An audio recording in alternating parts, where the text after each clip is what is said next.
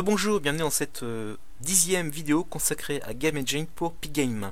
Un objet très important que vous allez utiliser, qui est la classe Score. Alors vous allez me dire à quoi sert cette classe-là? Et bien pour ça, mettons le jeu en marche et vous allez voir à quoi elle sert. Donc on lance le jeu, on arrive sur l'écran d'introduction, puis sur l'écran de jeu, et là vous avez trois informations, que sont dans un label, ici vous avez les points, qui vont être mis à jour en fonction des points gagnés. Ici dans un autre label, vous allez avoir label 1, level 2, level 3, donc vous indiquez à la personne dans quel niveau il se situe, et tout en haut à droite, vous avez trois petits cœurs qui vous indiquent les points de vie. Donc plus, quand vous allez perdre vos points de vie, maintenant les points de vie vont se mettre ici à jour. Et quand vous allez gagner des points de vie, vous avez des points de vie à nouveau qui se mettent à jour. Donc n'oubliez pas que vous n'avez pas le droit de dépasser 3 points de vie. Et bien le but de cette classe Score, c'est de gérer toute cette interface. C'est de gérer les points, le niveau et les points de vie. Au lieu de mettre tout dans une fonction, on a tout mis dans un objet qui a pour fonction de gérer tout ceci. Alors cet objet il est un peu compliqué, donc à vous d'imprimer et à vous de comprendre un peu ce qu'on a fait. Alors ce qui est fondamental, c'est que les résultats, donc les scores, seront enregistrés dans un fichier texte. Ce fichier texte se situera dans Assets, Files, et là vous allez trouver un fichier qui s'appelle score.txt. C'est un fichier texte de base, il n'y a rien de compliqué, avec 4 données. La première donnée sera le meilleur score au maximum, puis le second meilleur score, puis le troisième meilleur score, et enfin ici le score actuel. Donc 4 nombres, 4 strings à mettre en place et à lire et à écrire. D'accord ? Donc c'est le but de cet objet-là. Donc soit vous le prenez tel quel, vous l'imprimez, vous le regardez, ou bien vous le prenez tel quel, vous le sauvegardez et vous faites un copier-coller. Alors premièrement, il faut indiquer où se situe ce fichier score, si vous voulez. Donc on lui dit ici le chemin, donc le chemin c'est soit assets, soit file score.txt. On enregistre le screen parce qu'on aura besoin d'écrire dessus, et puis ici, vous voyez, j'ai écrit ici une variable de type privé, tiens, pour changer un peu, donc self, underscore file, donc cette variable-ci est de type privé. Qu'est-ce qu'on va y mettre? Tout simplement le chemin d'accès, tout simplement.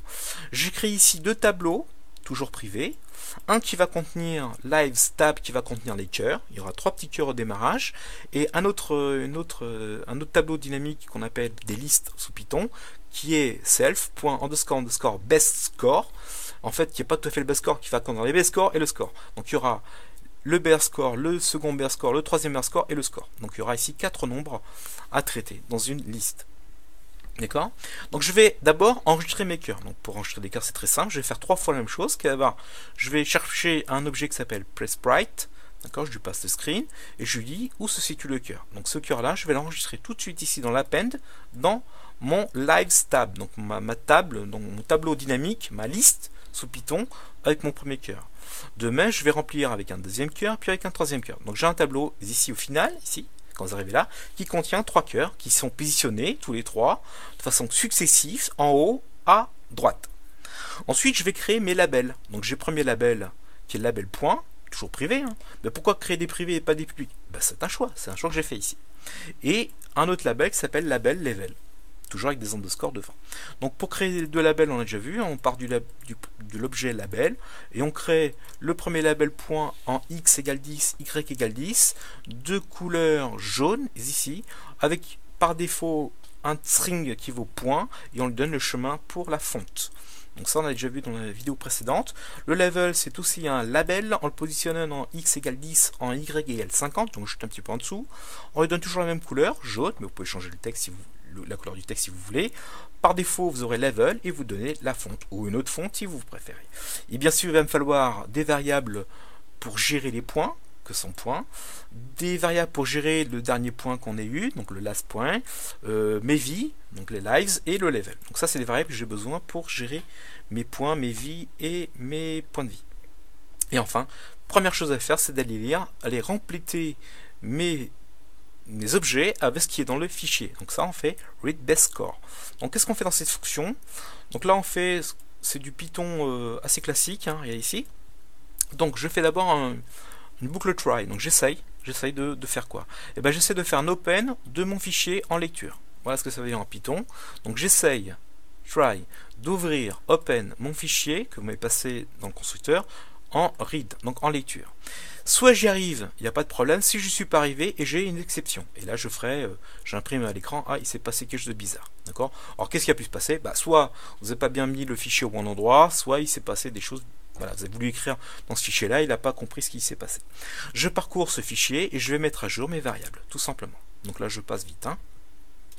Ensuite, quand j'ai maintenant mes variables qui sont mises, je peux dans cette fonction obtenir les derniers points, enfin le dernier point qu'il y a eu au jeu, d'accord? Pour ensuite pouvoir le mémoriser. Je peux obtenir the best one, donc je crois que ça c'est clair. Je peux obtenir the best two, donc le premier meilleur score, le deuxième meilleur score, le troisième meilleur score. Évidemment, je peux lire mes scores. Je peux ici écrire mes scores dans ce fichier. Donc là, je fais l'opération inverse. Tout à l'heure, je lisais mon fichier. Là, je vais écrire mon fichier. Donc toujours dans un bloc try, je vais essayer dans mon bloc line d'ouvrir mon fichier. Et le résultat, je le mettrai dans un fichier. Donc je vais essayer d'ouvrir mon fichier que vous m'avez passé dans le constructeur, mais cette fois de type écriture, write. Je parcours le nombre de lignes à écrire et je viens écrire mes best scores. D'accord?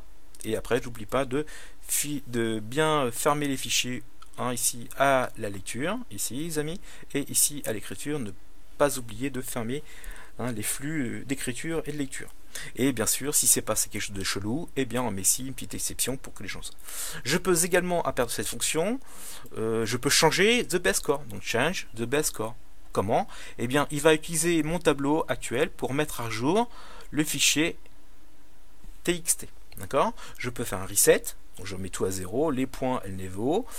Ici, c'est une fonction qui est interne, donc vous n'avez pas besoin directement de l'appeler. Elle est utilisée de façon interne pour mettre à jour les niveaux, le niveau et les points. Donc ici, je mets à jour le texte de mon label point, je mets à jour mon texte de mon label level en fonction ici d'un string qu'on met en place avec les points actuels et le niveau actuel. D'accord? Donc là, cette fonction-là elle est interne à mon objet, vous n'avez pas accès à cette fonction-là parce que vous n'avez pas d'utilité, si vous voulez.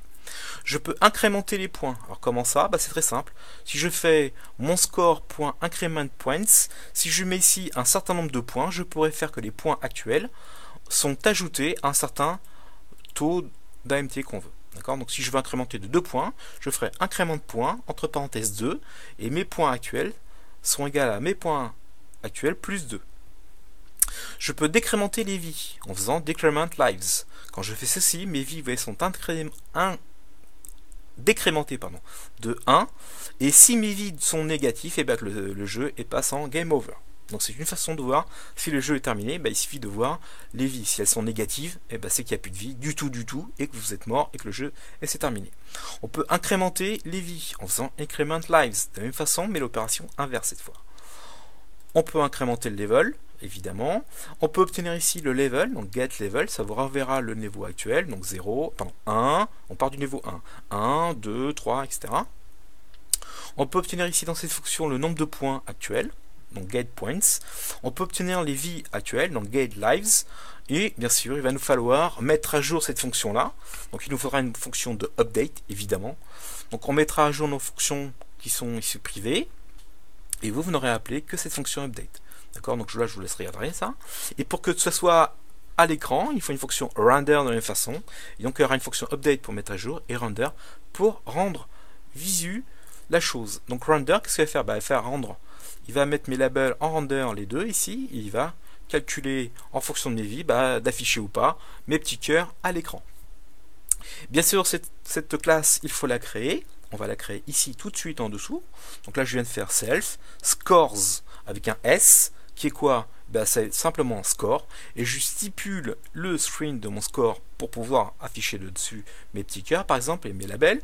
Et je lui donne le chemin de mon score txt, donc de mon fichier à mettre à jour. Ensuite, quand ce score est créé, il faut que je le fasse un update, évidemment, comme tout objet. Donc là, je fais set score, ici, point update. Donc mon score sera mis à jour. Et dans mon render, je vais faire la même chose, je vais faire setScores.render. Et de fait, si je relance la chose, j'ai ici maintenant un score qui apparaît, un level qui apparaît, et mes petits cœurs qui seront mis à jour ici. Donc la prochaine fois, on va faire que tout ceci change en fonction des intersections entre les rectangles des uns et des autres. Merci.